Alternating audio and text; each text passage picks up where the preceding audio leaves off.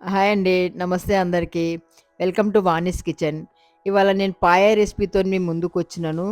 చాలా సింపుల్‌గా, టేస్టీగా పాయ ఎలా చేయాలో చెప్తాను. మీరు తప్పకుండా ఈ రెసిపీ ట్రై చేయండి.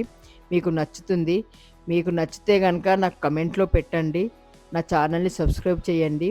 ఒక పాయకు కొంచెం ఎక్కువగా పడుతుంది ఆయిలు. కుక్కర్‌లో ఒక 4 చెంచాల ఆయిల్ పోసేసుకున్నాను. పోసుకొని దాంట్లో 4 బిర్యానీ ఆకులు, కొంచెం షాజీరా, కొంచెం చెక్క, 4 లవంగాలు, 4 యాలకులు వేసి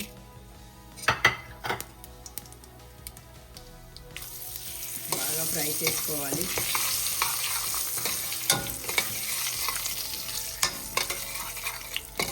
కమ్మగా తెలంగాణ స్టైల్లో చేసి చూపిస్తాను మీకు నేను. మసాలా మొత్తం ఫ్రై అయిన తర్వాత ఒక మీడియం సైజు 2 ఉల్లిపాయలు పేస్ట్ చేసుకున్నాను. పేస్ట్ ఆయిల్లో వేసి డైరెక్ట్ ఆనియన్ వేస్తే అది కొంచెం వేరేగా అనిపిస్తుంది పాయ తినేటప్పుడు. ఇలా వేసుకుంటే బాగా కలిసిపోద్ది అన్నంతో. బాగా ఫ్రై చేయాలి.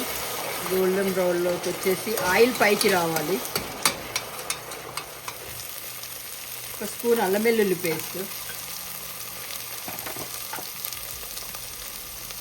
కొంచెం పసుపు వేసుకొని అల్లం వెల్లుల్లి పేస్ట్ పచ్చివాసన పోయేంత వరకు వేయించాలి. గరం మసాలా,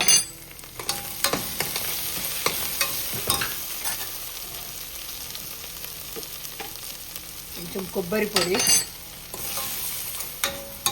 అన్నీ వేసుకొని బాగా మగ్గిన తర్వాత కాళ్ళల్లో కొంచెం ఇలా పట్టాలని చెప్పేసి నేను ఉప్పు కారం కొంచెమే కల్పించుకున్నాను.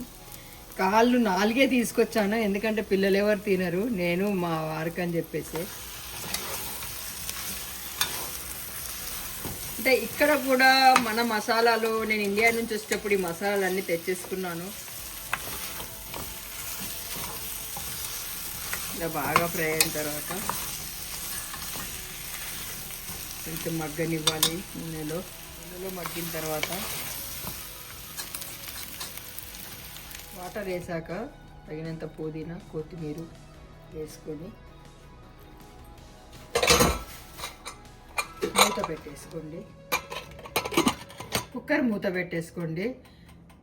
ఒక 5 విజిల్లేమో సిమ్లో పెట్టండి. ఒక 4 విజిల్లు మీడియంలో పెట్టండి. బాగా ఉడికిపోద్ది. ఒక 2 విజిల్లు సిమ్లో పెట్టండి.